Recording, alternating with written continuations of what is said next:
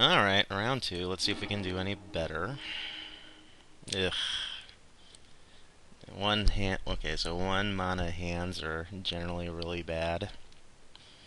But I do have some good plays to go with it. Ugh. But I gotta mulligan this. And then here's the mulligan rule, guys. I'd mulligan to 6 cards. That's what happens with the mulligan rule. This one's a keeper. I'm not happy about it. I have 2 green mana sources and everything else is black, and then I again have my blue splash card in there. Not the greatest.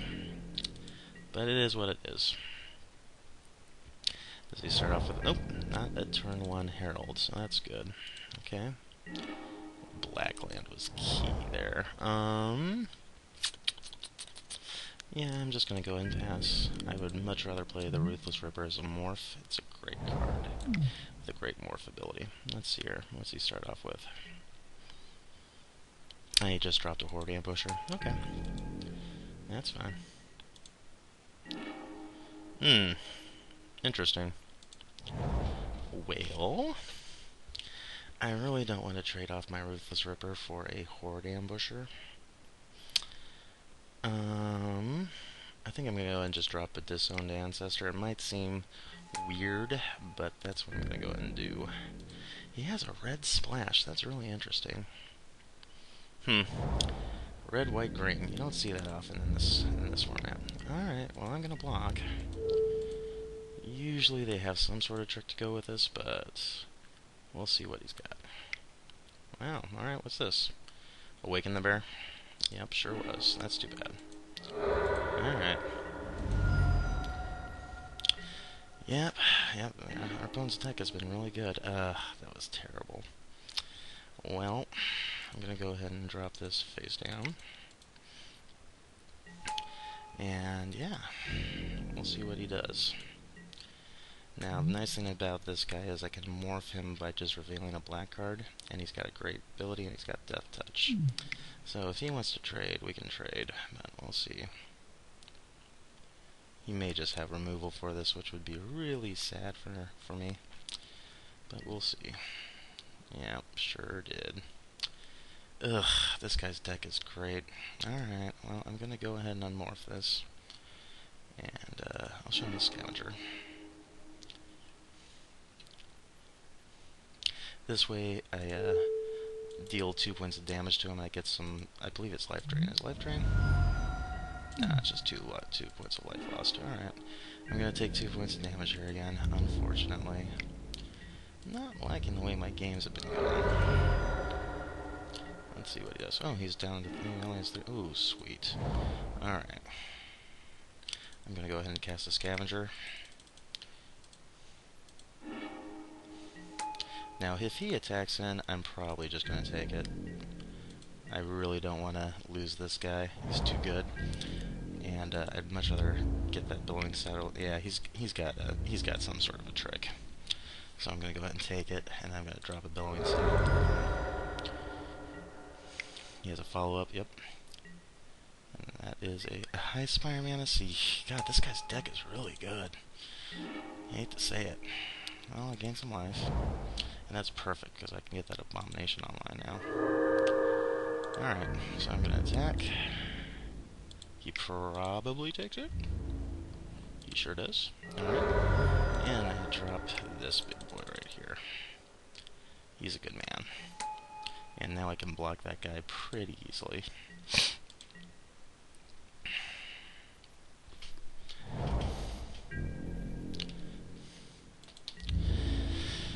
So we attack. Okay, good. I will take that. Alright. Now if I get another land, I am going to Rite of the Serpent, this annoying guy right here. Let's see what you got. He has a Mardu. Yes, yeah. See, you don't want to be playing banners, but he just did. Nope, now he's got a morph. Okay. No, he's got a Tuskar Captain. That's a good guy, too. Let's see what I get. Death Frenzy. Yeah, that's awesome. Okay. Let me think about that. So what I'm going to do is I'm going to attack in. And this is quite a chunk of damage right here. Let's see if he blocks. I doubt he will. And he did not. Okay. Alright, so what I'm going to do is I'm going to Death Frenzy.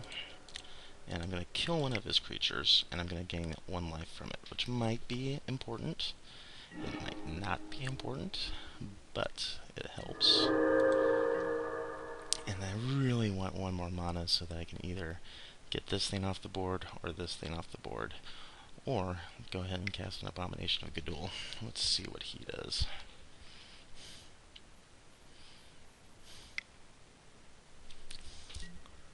And he put... Oh, this guy's deck is so good. He's playing a Siege Rhino on me. That's one of the top cards you can get. He had a Herald of Anavenza and a Siege Rhino. Jeez. Just a good deck. I was going up against probably one of the roughest matchups I could have seen in this game. He might attack with both of these guys. He does. And I don't blame him. Drops me to 5. I really need to spend this next land. It's pretty imperative. That's not going to do the trick. Alright, well, now I do this. And now I do this. And I am very sad at the moment. It's not looking very good for this guy right now. As it stands, he doesn't have the greatest of attacks on me. I mean, I can block here if I need to. And then if he does happen to kill it some way. Here's the thing, this guy was a big deal. He was a big deal. This guy's deck was very superior. Oh. And he just won the game. So Barrage of Boulders, if you have somebody on with power 4 or greater, you can't block. And basically, I lose. Well guys, I was hoping to show you some good games. I did not. That was probably the quickest I could have done. And I'm going to be out. But the nice thing is, I get to go to bed. I won some cards. Sometimes that happens, you know. Sometimes you're just one and done, and then you're out. And that happens, and that's unfortunate. Part of the reason why I wanted to show you a Swiss, but it is late. As you guys can see, I'm probably going to be dragging a little bit at work tomorrow, but, you know, that's how it goes. I got a pretty cool little Necropolis Fiend there. Really, overall, I like the deck, but it, yeah, you know, when I said it was about a 6 on the power rating, what you just saw was a guy who had something more along the lines of an 8 on the power rating. He had 2 very good rares in Herald of Anavenza and that Siege Rhino, and then everything else he played was pretty premium. I had some pretty premium cards too. It's just his seemed to just work so much better than mine, which is unfortunate. So, oh well. That happens sometimes. Alright. Okay, guys, I'll do this for you some more if you guys want to. Let me know. And, yeah, that was it. Good night.